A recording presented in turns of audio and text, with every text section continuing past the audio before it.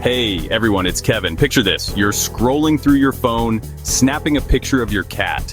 Later, you flop onto your super comfy bed for a nap. What do these two things have in common?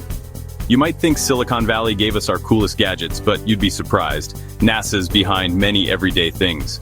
Technology designed for outer space, astronauts floating miles above Earth, now found in your homes, in your pockets, even in our bodies. Shooting for the moon, accidentally inventing the smartphone camera. It's totally wild.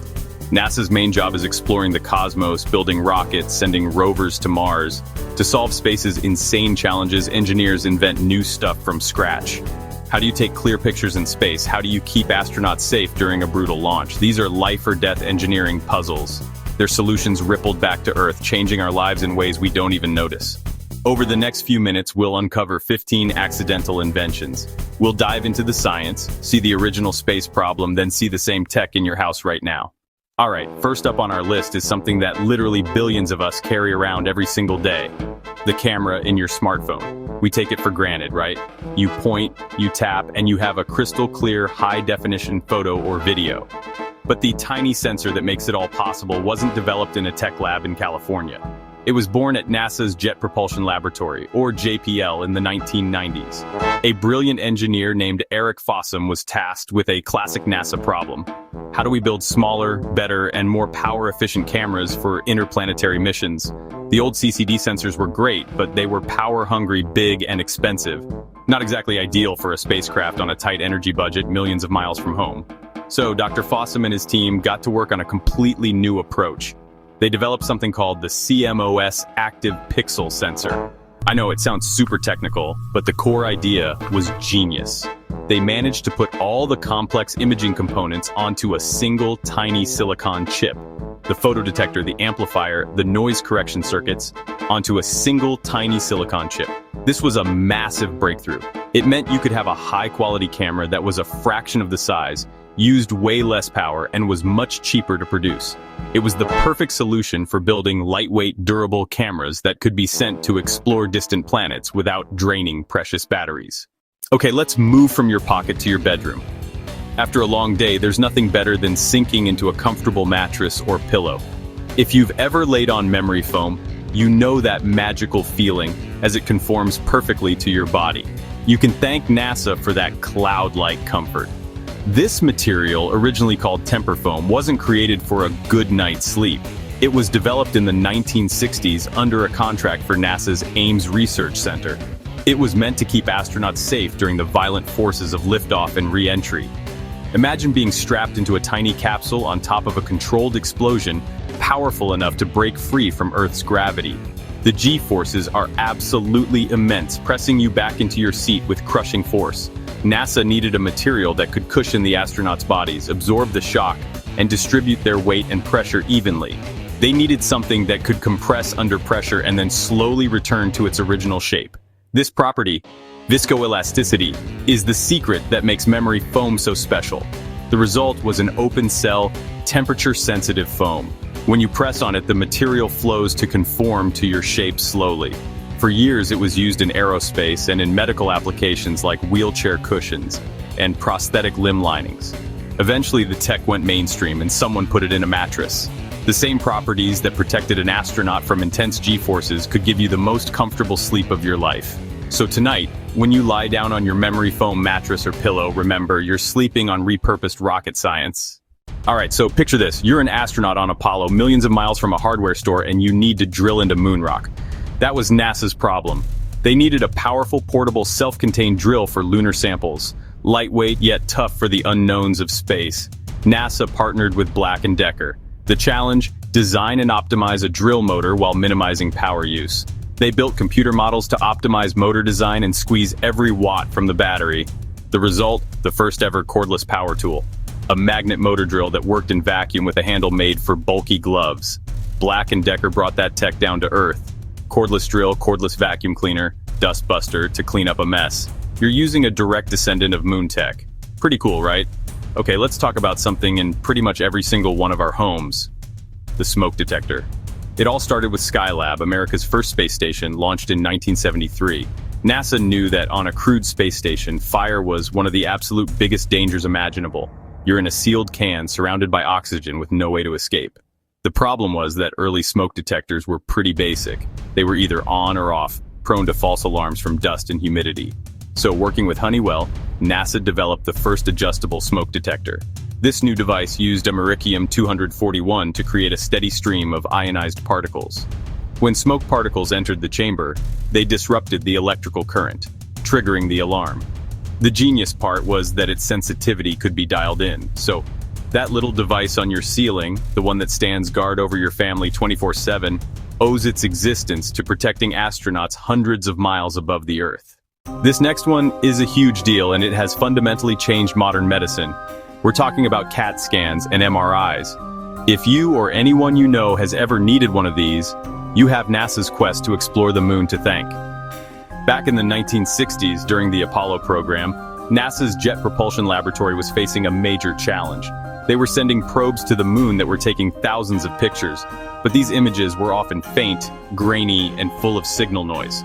To solve this, JPL engineers developed a groundbreaking technique called digital image processing. They could adjust contrast, sharpen edges, filter out static. Now here's where the story takes an amazing turn. This same exact digital image processing technology was the missing piece of the puzzle for a new medical imaging concept. Before this, doctors relied on simple X-rays, which could only show a flat, two-dimensional shadow of bones and dense tissue. But what if you could take a series of X-ray slices from different angles and use a computer to assemble them into a detailed, three-dimensional image? The technology pioneered at JPL for looking at the moon was adapted to look inside the human body. Okay, so imagine you're an astronaut hurtling through space on your way to the moon. You've got a long trip ahead, and you're going to get thirsty. Now, you can't just pack a bajillion water bottles because every single ounce of weight on a rocket costs a fortune to launch. The solution they came up with was a special kind of filter cartridge packed with activated charcoal. This material has a massive surface area. Like a single gram can have the surface area of a football field. It works through adsorption, where contaminants chemically stick to the charcoal surface like tiny magnets. This led directly to the development of the home water filters many of us use every day. Whether it's the pitcher in your fridge, the filter attached to your faucet, or the one built into your refrigerator. Alright, so we've all been there. You're trying to do something, maybe cooking, working on a project, and you need to take a phone call. You're juggling your phone, holding it between your shoulder and your ear, you inevitably drop something. Now imagine that same problem in zero gravity. An astronaut floating, flipping switches with both hands. You can't put the phone down, it would float away. This was NASA's communication challenge. Astronauts needed constant contact with mission control and with each other. The solution, a wireless headset, revolutionary then. In the 1960s, NASA and Plantronics built a lightweight hands-free system for helmets. Neil Armstrong spoke his famous line through one of these headsets. It had to be rock solid. Losing comms during a spacewalk would be very, very bad. And like many NASA inventions, it came down to Earth. Airline pilots adopted lightweight headsets, then call center operators, and eventually Bluetooth earbuds for everyone. So one of the biggest enemies in space isn't aliens or asteroids, it's dust. Moon dust, micrometeoroids, bits of debris floating in a vacuum. This stuff is no joke. It's sharp, abrasive, and it can cause serious damage to sensitive equipment. One of the most critical pieces of equipment that needed protection was the astronaut's helmet visor. It's essentially their window to the universe. The plastic used for visors, polycarbonate, is super strong and impact resistant, but it's relatively soft and scratches easily. So NASA's Ames Research Center took on the challenge. They needed a coating that was incredibly thin, optically clear, and diamond hard to resist space grit. They developed a process to apply an ultra-thin film of a carbon-based material onto the plastic visors. We now call it a diamond-like carbon coating. After NASA published the tech, Foster Grant licensed it. They applied the super hard coating to plastic eyeglass lenses and sunglasses. Today, virtually every pair has some form of scratch-resistant coating. Okay, so we've all seen those epic slow-motion shots of astronauts bouncing around on the moon, right? It looks like they're on a giant low-gravity trampoline. Well, while gravity was doing most of the work, NASA engineers were obsessed with what was happening inside those big, clunky space boots. They needed to create a boot that could handle the harsh, lunar surface. NASA engineers developed specialized shock-absorbing materials and a unique boot construction. Think of it like building a custom suspension system, but for your feet. They incorporated a special springy elastomeric material into the midsole of the boot. This wasn't just a slab of rubber. It was a carefully engineered structure designed to compress upon impact, store that energy, then release it. So how does a boot designed for moonwalking end up in the sneakers you wear to the gym? A major athletic shoe company caught wind of what NASA was doing. A former NASA engineer from the Apollo boot project was hired. The same principles that cushioned an astronaut's landing could be adapted for a runner's foot landing on pavement. This led to hollowed-out, impact-absorbing midsoles now standard in almost every athletic shoe. Different density foams, air pockets, absorb shock provide a spring-like effect. Next time you go for a run and feel that extra bounce in your step, thank the engineers who made Neil Armstrong's giant leap a bit more comfortable.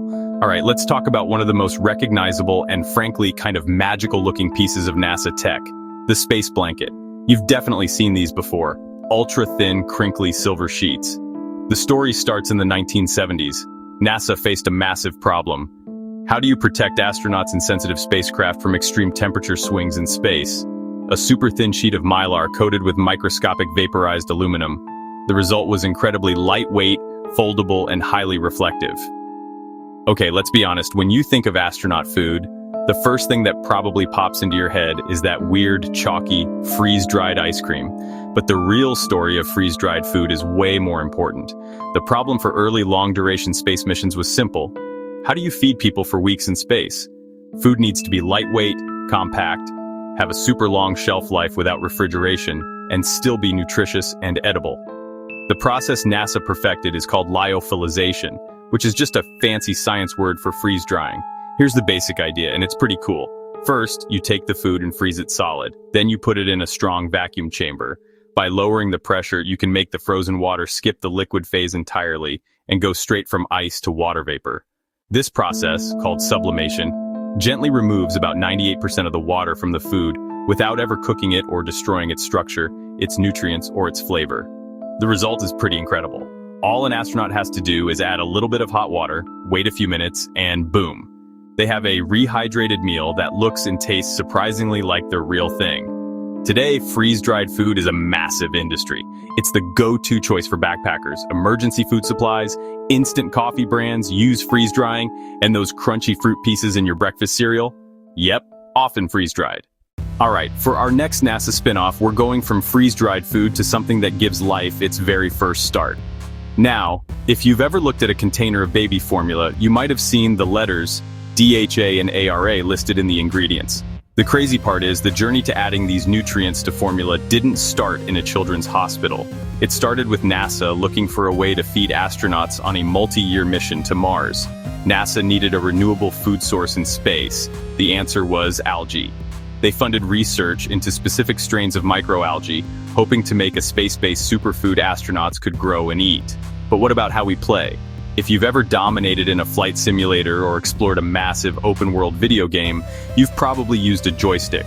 But before it was used to fly digital X-Wings, a very similar device was used to drive a real-life vehicle on the surface of the moon. When NASA was designing the lunar roving vehicle, they faced a unique challenge. The solution they came up with was pure genius. It was a single T-shaped hand controller. Pushing forward accelerated, pulling back braked, tilting left or right steered the wheels. Early video game companies took direct inspiration from the lunar rover's controller, giving players a more immersive way to interact with their digital worlds. Imagine trying to monitor an astronaut's vital signs from millions of miles away. NASA needed a way to automate and continuously track an astronaut's health, including their physiological responses to space. This led them to develop sophisticated, miniaturized monitoring systems. The research was all about creating closed-loop systems. Think of it like a thermostat for the human body. Researchers realized that the same logic and technology could be applied to help people with diabetes manage their blood sugar levels. This was the birth of the modern implantable insulin pump. Instead of multiple daily injections, the pump provides steady, controlled delivery of insulin, leading to much better glucose control and significantly improved quality of life.